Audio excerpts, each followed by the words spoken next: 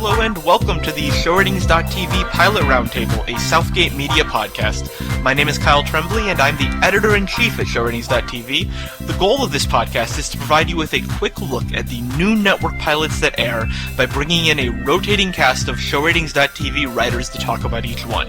If you'd like to read our opinions, we invite you to check out the written pilot roundtables at ShowRatings.tv and to use that site to rate and discuss these pilots, or any show for that matter, yourself. But without further ado, let's get to our first pilot, which premiered Thursday, April 24th, CBS's Bad Teacher. According to the official CBS site, Bad Teacher is a single-camera comedy based on the hit feature film about a hot, fearless, and unapologetic former trophy wife who masquerades as a teacher in order to find a new man after her wealthy husband leaves her penniless.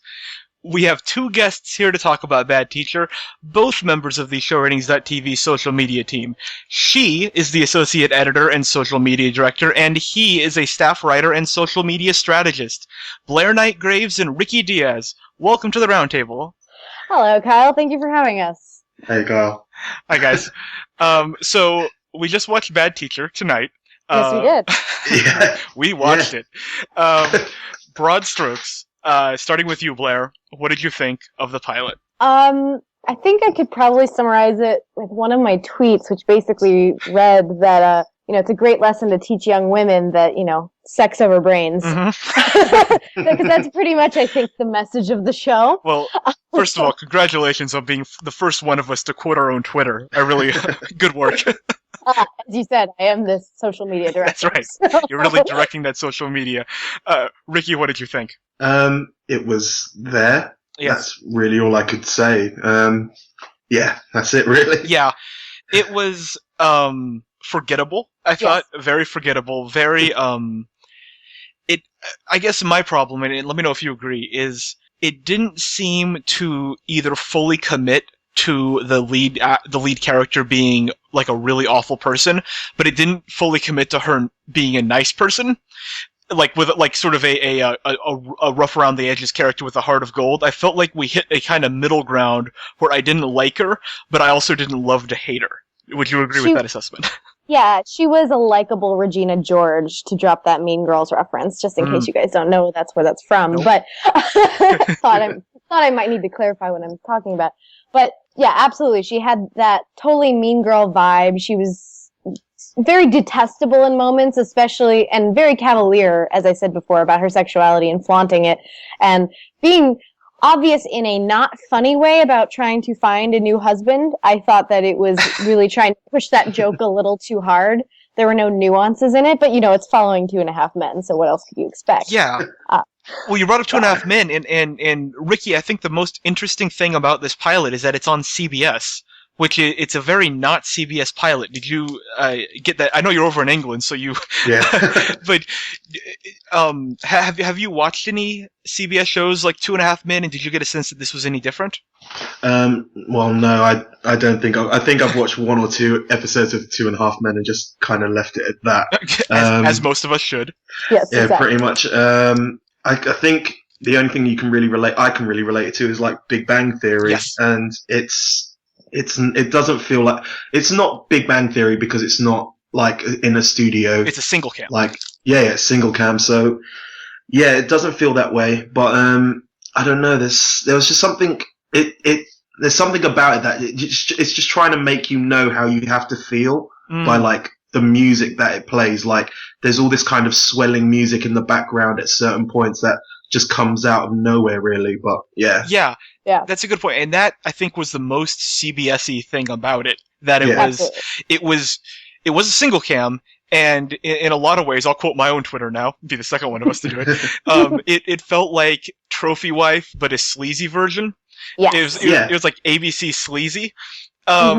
But you're right that it had the very CBS quality of trying to dictate how the audience should feel rather than leaving it up to the audience. So even though it had all the trappings of an ABC sitcom and it visually looked like one, it still, I think, had the spirit of CBS in that it's telling you what you should feel about it. Right. That's exactly the point that I was going to make, is that everything from the editing to the color scheme to the way the camera that they used, frankly, like it was clearly made by an ABC type cinematographer and an editing staff. But yes, it drove it so directly tried to tell you how to feel and what to think and not give you any room to have your own opinion, that it was just like being hit on the head with a sexy hammer. They should have called it Sexy Hammer. Would have been a lot better. Or at least nicknamed the gym teacher that. I'm down. So is there anything that you liked about this pilot? Ricky, starting with you. Honestly, not at the like just off like the viewing. Yeah. No, not really. Swing and a miss. It's got all the tropes of like the stuff that you kind of can see where it's gonna go. Like obviously she's gonna learn her lesson. And I'm really surprised that they went with the way that it ended so quickly. Like they didn't even try and build that up at all. Right. There's no will they or won't they. I thought that's what they were setting up with those two characters. Yeah. And then they sleep with each other at the end of the episode. Yeah. You can still have a will they or won't they after having slept with one another. Well, but it's a different context. It's not going to be played like, like a Jim and Pam thing. It's going to be, will they or won't they have a relationship, not will they or won't they hook up. Which, that's true. Yeah. Blair, what did you take any positives away from this pilot? Well, I mean, the gym teacher certainly. I did actually really enjoy the casting. I thought that despite the material, all of the performances were excellent, and they were all actors that I respect, and I would come back to see them in other projects. Was that Charlotte from Sex and the City? That was. Look at you. Oh my that gosh. was Charlotte. I'm killing it. And then I don't remember his character name or his actor name. I know his first name is Ryan, but the gym teacher was in Party Down. I believe you're talking about Ryan Hansen. Yes, Ryan Hansen. Yes, Ryan Hansen. Ryan Hansen was in Party Down, and so I will forever love him. And I enjoy David Alan Grier. And yes, me too. Yeah, so I agree with you, and that was what my positive was going to be, is I do think this is a good cast, and I actually really like Allie Grainer playing the lead role. I think that I think she is doing something interesting on the show, and that she has an interesting comedic perspective, and that she is not well served at all by this material. But if she seems like someone who could play off the kind of likable, rough around the edges character, but I found myself not liking her. And I don't think that was the fault of the performance. I think it was the very broad writing, and this is a weird pilot because a lot of the jokes came at the expense of what I assume are high school freshmen girls. Yeah, I don't know if berating them. Yeah, I don't know if I've ever seen a pilot that was meaner to 15-year-olds. No, actually, I think it's a middle school. I think that they were 12-year-olds. Okay, good. I was giving them the benefit of the doubt, but yeah, those are young kids, and she's talking about her bra, and I was like, what are we I don't feel comfortable with any of this. This is yeah. No, I definitely felt that way, and it's interesting subject matter to have children talking about also, because they were having the children themselves talk about puberty, and in a way that was very uncomfortable, and then having her dissect that even more for them, it was everything about her interactions with anybody who was under the age of 20 was very uncomfortable. Do you get the sense that every episode of this series is going to be she encounters a problem and initially reacts like a trophy wife would, and then at the end she relents and acts like a mentor? Does that feel like how every episode is going to be? 100%. Okay. Yeah, and she'll probably end up with a gym teacher at the end of every episode as well. More than likely. Yeah. I think, what's her name? Ari Grainer? Mm-hmm. She can play. She plays she's in this film called For a Good Time Call, and in that she's essentially playing this character, but just a lot better. It's just that kind of party girl with a heart of gold who will just say it as it's meant to be said, basically. Right. But it's just the writing in this just isn't good. I see. Yeah, at all. I could definitely see another network building a better show around her and it working. Couldn't you see her on Trophy Wife? Right? It felt like what I expected Trophy Wife to be, and then I ended up loving Trophy Wife, rather. Right. Exactly. No, it was exactly that style. Even the comedic timing and the way that it's edited, the way that the music falls. but then Trophy Wife has such significantly better dialogue. Yes. It's Trophy Wife is so quick. And this is just, even though it's a single cam, the pacing felt very CBS-y to me. Well, CBS never trusts its audience to have any intelligence whatsoever. Set up, punchline, underline the punchline. Right, exactly.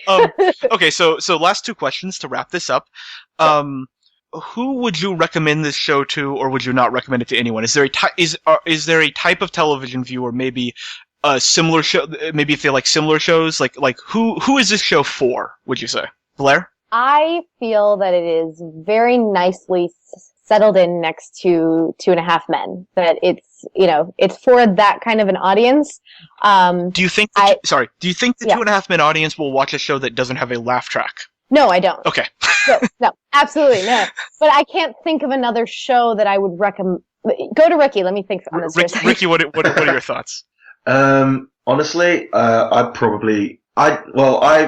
I watch something, I'll generally give it a couple of episodes watch, because you can't really judge something from the pilot. But even from this, I wouldn't be able to say who you could kind of let anyone watch. Sorry, that was really bad. No, that's fine. It is. I'm having trouble thinking in my mind of how to exactly explain who this is for. Yeah. I think face value, not necessarily the deep cleverness of the series, but on face value, I might recommend it to somebody who likes Glee. Okay. But that's I know late that season Glee, currently likes Glee. Yeah, mid to late series Glee. Okay. Yeah. Just again, not totally familiar with Glee, but the people I know who like Glee, I feel would like this, and stylistically, it seems to kind of fit in there. But Glee, I think, is almost certainly a smarter show, and it has more depth. Yeah. But I would still say that if you like Glee, you might like Bad Teacher is what it's called. I was going to call it Trophy Wife. Yes. I think that's the closest comparison in terms of subject matter. I think that if you are interested in ABC sitcoms like Modern Family, Trophy Wife, sitcoms of that nature, but think that they're way too smart, you might be interested in this. If you are looking for a show to have on in the background, and you like the ABC aesthetic, and you sort of like those rhythms, but just want one that you don't have to pay attention to, this might fit the bill for you. That's my target market. Okay, guys, last thing. Starting with let's start with Ricky. Thumbs up or thumbs down? Should you watch Bad Teacher? I'm gonna go thumbs down, I'm afraid. Blair? I'm gonna go with a thumbs down too. I am. And I am going to make it a clean sweep of thumbs down for Bad Teacher. Blair and Ricky, thank you so much for participating in this roundtable. Thank you so much for having us. All right. No problem, man. That concludes the first episode of the ShowRatings.tv Pilot Roundtable. We invite you to check out this and other Southgate Media Group podcasts at southgatemediagroup.com, and to read about, rate, and discuss all your favorite shows at ShowRatings.tv. You can follow me on Twitter at KyleLovesTV, Blair at BlairLovesTV, and Ricky at RickyLovesTV. Until next time, this has been Kyle Tremblay. Thanks for listening.